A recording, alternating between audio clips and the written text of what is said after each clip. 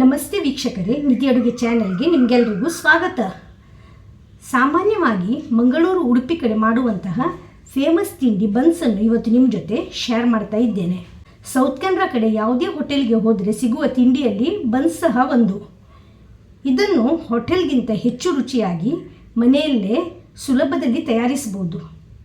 ಚೆನ್ನಾಗಿ ಉಬ್ಬಿಕೊಂಡು ಒಳಗೆ ತುಂಬಿಕೊಂಡು ಕೆಂಪಗೆ ಕಾದ ಈ ಬನ್ಸನ್ನು ಸಾಂಬಾರ್, ದಾಲ್ ಜೊತೆ ಅಥವಾ ಚಟ್ನಿ ಜೊತೆ ಸವಿಬಹುದು. ಇದಕ್ಕೆ ಬಾಳೆಹಣ್ಣು ಸೇರಿಸಿರುವುದರಿಂದ ಹೀಗೆ ಸಹ ಇದನ್ನು ತಿನ್ಬೋದು. ಈ ತಿಂಡಿ ಇದೆಯಲ್ಲ 3-4 ದಿನ ತನಕ ಹಾಳಾಗೋದಿಲ್ಲ. ಹಾಗಾಗಿ ಇದನ್ನು ಸ್ಟೋರ್ ಮಾಡ್ಬೋದು. ಟ್ರಾವೆಲಿಂಗ್ಗೆ, ಪಿಕ್ನಿಕ್ ಸಮಯದಲ್ಲಿ ಇದನ್ನು ಬಳಸ್ಬೋದು. ತುಂಬ ಟೇಸ್ಟಿಯಾಗಿ ಪೂರಿಯಂತೆ ಉಬ್ಬಿದ ಈ ಮಂಗಳೂರು ಬನ್ಸನ್ನು ತಯಾರಿಸುವ ವಿಧಾನ ನೋಡೋಣ. ಬನ್ಸ್ ತಯಾರಿಸಬೇಕಾದ್ರೆ ಇದಕ್ಕೆ ಬೇಕಾಗುವ ಮೇನ್ ಇಂಗ್ರೀಡಿಯೆಂಟ್ ಅಂದರೆ ಬಾಳೆಹಣ್ಣು. ಚೆನ್ನಾಗಿ ಹಣ್ಣಾದ ಒಂದು 4 ಬಾಳೆಹಣ್ಣನ್ನು ಇದಕ್ಕೆ ಬಳಸ್ತಾ ಇದ್ದೇನೆ. ನೀವು ಏಲಕ್ಕಿ ಬಾಳೆಹಣ್ಣು, ಮೈಸೂರು ಯಾವುದನ್ನು ಸಹ ಬಳಸ್ಬೋದು. ಸಿಪ್ಪೆ ತೆಗೆದು ಇದನ್ನೊಂದು ಬಟ್ಟಲಲ್ಲಿ ಸೇರಿಸುವ. ಇದರ ಜೊತೆಗೆ ಒಂದು 2 ಸ್ಪೂನಷ್ಟು ಸಕ್ಕರೆಯನ್ನು ಸೇರಿಸಬೇಕು. ಇವೆರಡನ್ನು ಚೆನ್ನಾಗಿ ಮ್ಯಾಶ್ ಮಾಡಬೇಕು. ಈ ರೀತಿ ಮ್ಯಾಶರನ್ನು ಬಳಸಿ ಚೆನ್ನಾಗಿ ಇದನ್ನು ಮ್ಯಾಶ್ ಮಾಡಿಕೊಳ್ಳುವ. ಇದು ಪೂರ್ತಿ ಮ್ಯಾಶ್ ಆದ ನಂತರ ಇದರಲ್ಲಿ ಒಂದು ಚಿಕ್ಕ ಕಪ್ಪಷ್ಟು ಮೊಸರನ್ನು ಸೇರಿಸಬೇಕು. 1 ಸ್ಪೂನ್ ಜೀರಿಗೆ, ರುಚಿಗೆ ಉಪ್ಪು ಹಾಗೂ 1/4 ಸ್ಪೂನಷ್ಟು ಅಡುಗೆ ಸೋಡಾವನ್ನು ಸೇರಿಸಿದ್ದೇನೆ. ಇವೆಲ್ಲವನ್ನು ಚೆನ್ನಾಗಿ ಮಿಕ್ಸ್ ಮಾಡಿಕೊಳ್ಳುವ.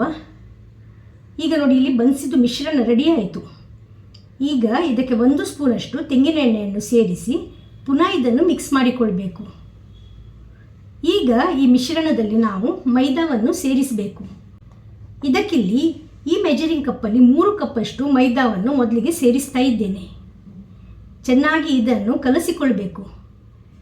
ಇದು ಗಟ್ಟಿಯಾಗಿ ಕಲಸಿಕೊಳ್ಳಬಾರ್ದು, ಸ್ವಲ್ಪ ಮೃದುವಾಗಿರಬೇಕು. ಚೆನ್ನಾಗಿ ಈ ರೀತಿ ನಾದಿಕೊಳ್ಳುವ. ಹಿಟ್ಟು ನೋಡಿ ಈ ಥರ ಸಾಫ್ಟಾಗಿ ಬರಬೇಕು. ಒಂದು ಸಲ ಚೆನ್ನಾಗಿ ಇದು ನಾದಿಕೊಂಡ ನಂತರ 1 ಸ್ಪೂನಷ್ಟು ಎಣ್ಣೆಯನ್ನು ಹಿಟ್ಟಿನ ಮೇಲೆ ಸವರಿ ಇದನ್ನು ಮಿಕ್ಸ್ ಮಾಡಿ ಚೆನ್ನಾಗಿ ನಾದಿಕೊಳ್ಳುವ. ಒಂದು ಬಟ್ಟೆಯಿಂದ ಇದನ್ನು ಮುಚ್ಚಿ ಒಂದು ಬಟ್ಟಲನ್ನು ಕವಚಿ ಹಾಕಿ 8 ಗಂಟೆಗಳ ಕಾಲ ಇದನ್ನು ಇಡಬೇಕು. ಈಗ ನೋಡಿ, ನೆಕ್ಸ್ಟ್ ಡೇ ಮುಚ್ಚಿದ ಬಟ್ಟಲನ್ನು ಇಲ್ಲಿ ತೆಗಿತಾ ಇದ್ದೇನೆ. ಹಿಟ್ಟು ನೋಡಿ ಸಾಫ್ಟಾಗಿದೆ. ಇದನ್ನು ಪುನಃ ನಾದಿಕೊಳ್ಬೇಕು. ಒಂದು 2-3 ನಿಮಿಷ ಇದನ್ನು ನಾದಿಕೊಳ್ಬೇಕು. ಈ ರೀತಿ ನಾವು ಚೆನ್ನಾಗಿ ನಾದುವುದರಿಂದ ಬನ್ಸಿದೆ ಅಲ್ಲ ಸಾಫ್ಟ್ ಆಗ್ತದೆ ಹಾಗೂ ಫ್ಲಫಿಯಾಗಿ ಬರ್ತದೆ. ಈ ಟಿಪ್ಸನ್ನು ನೀವು ಅಗತ್ಯವಾಗಿ ಫಾಲೋ ಮಾಡಬೇಕಾಗ್ತದೆ. ಈಗ ಈ ಹಿಟ್ಟಿನಿಂದ ಉಂಡೆಯನ್ನು ತಯಾರಿಸೋಣ. ಸ್ವಲ್ಪ ದೊಡ್ಡದಾಗಿ ಈ ಉಂಡೆಯನ್ನು ತಯಾರಿಸ್ತಾ ಇದ್ದೇನೆ. ನಾವು ಚಪಾತಿ ಮಾಡ್ತೇವಲ್ಲ, ಅದರ 1.5 ಪಟ್ಟಷ್ಟು ದೊಡ್ಡದಾದ ಉಂಡೆಯನ್ನು ತಯಾರಿಸಬೇಕು. ನೋಡಿ, ಎಲ್ಲ ಹಿಟ್ಟಿನಿಂದ ಉಂಡೆಯನ್ನು ಮಾಡಿ ಒಂದು ಬಟ್ಟಲಲ್ಲಿ ಇಟ್ಟಿದ್ದೇನೆ. 3 ಕಪ್ ಮೈದಾದಿಂದ ಒಂದು 8 ಬನ್ಸನ್ನು ತಯಾರಿಸ್ಬೋದು. ಈಗ ಇದನ್ನು ಲಟ್ಟಿಸಿಕೊಳ್ಳುವ. ಸ್ವಲ್ಪ ಮೈದಾವನ್ನು ಸ್ಪ್ರೆಡ್ ಮಾಡಿ ತಯಾರಿಸಿದ ಉಂಡೆಯನ್ನು ಇಟ್ಟು ಮೆಲ್ಲನೆ ಇದನ್ನು ಪ್ರೆಸ್ ಮಾಡಬೇಕು. ತಿರುಗಿಸುತ್ತಾ ಇದನ್ನು ಪ್ರೆಸ್ ಮಾಡಿಕೊಳ್ಳುವ. ನೋಡಿ, ಈ ರೀತಿ ತಿಕ್ಕಾಗಿರಬೇಕು. ತೆಳು ಮಾಡಿದರೆ ಒಳಗೆ ತುಂಬಿ ಬರುವುದಿಲ್ಲ. ಇಲ್ಲಿ ಎಣ್ಣೆ ಕೂಡ ಕಾದಿದೆ. ತಯಾರಿಸಿದ ಈ ಬನ್ಸನ್ನು ಕಾದ ಎಣ್ಣೆಯಲ್ಲಿ ಸೇರಿಸುವ.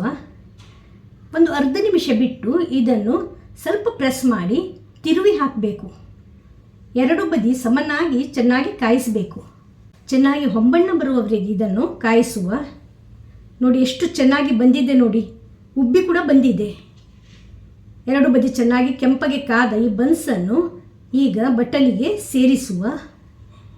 ಇದೇ ರೀತಿ ಉಳಿದ ಬನ್ಸನ್ನು ಸಹ ಕಾಯಿಸುವ. ಒಂದು ಅರ್ಧ ನಿಮಿಷ ಬಿಟ್ಟು ಇದನ್ನು ತಿರುವಿ ಕಾಯಿಸಬೇಕು. ಚೆನ್ನಾಗಿ ಉಬ್ಬಿ ಬಂದು ಕೆಂಪಗೆ ಕಾದ ಈ ಬನ್ಸನ್ನು ಬಟ್ಟಲಿಗೆ ಇಲ್ಲಿ ಸೇರಿಸ್ತಾ ಇದ್ದೇನೆ. ಎಣ್ಣೆ ನೋಡಿ ಒಂದಿಷ್ಟು ಹೀರಿಕೊಂಡಿಲ್ಲ. ತುಂಬ ಸಾಫ್ಟಾಗಿ ಫ್ಲಫಿಯಾಗಿ ಬಂದಿದೆ. ನೀವು ಮೈದಾ ಬದಲು ಗೋಧಿ ಹಿಟ್ಟನ್ನು ಬಳಸಿ ಬನ್ಸನ್ನು ತಯಾರಿಸ್ಬೋದು. ಆದರೆ ಟೇಸ್ಟಲ್ಲಿ ವ್ಯತ್ಯಾಸ ಬರ್ತದೆ. ಹೋಟೆಲ್ಗಳಲ್ಲಿ ಬನ್ಸನ್ನು ಸಾಂಬಾರ್, ಚಟ್ನಿ, ತೋವೆ ಅಂದರೆ ದಾಲ್ ಜೊತೆಗೆ ಸರ್ವ್ ಮಾಡ್ತಾರೆ. ರುಚಿಯಾದ ಬಹಳ ಟೇಸ್ಟಿಯಾದ ಈ ಮಂಗಳೂರು ಬನ್ಸ್ ನೀವು ಮನೆಯಲ್ಲೇ ಟ್ರೈ ಮಾಡಿ.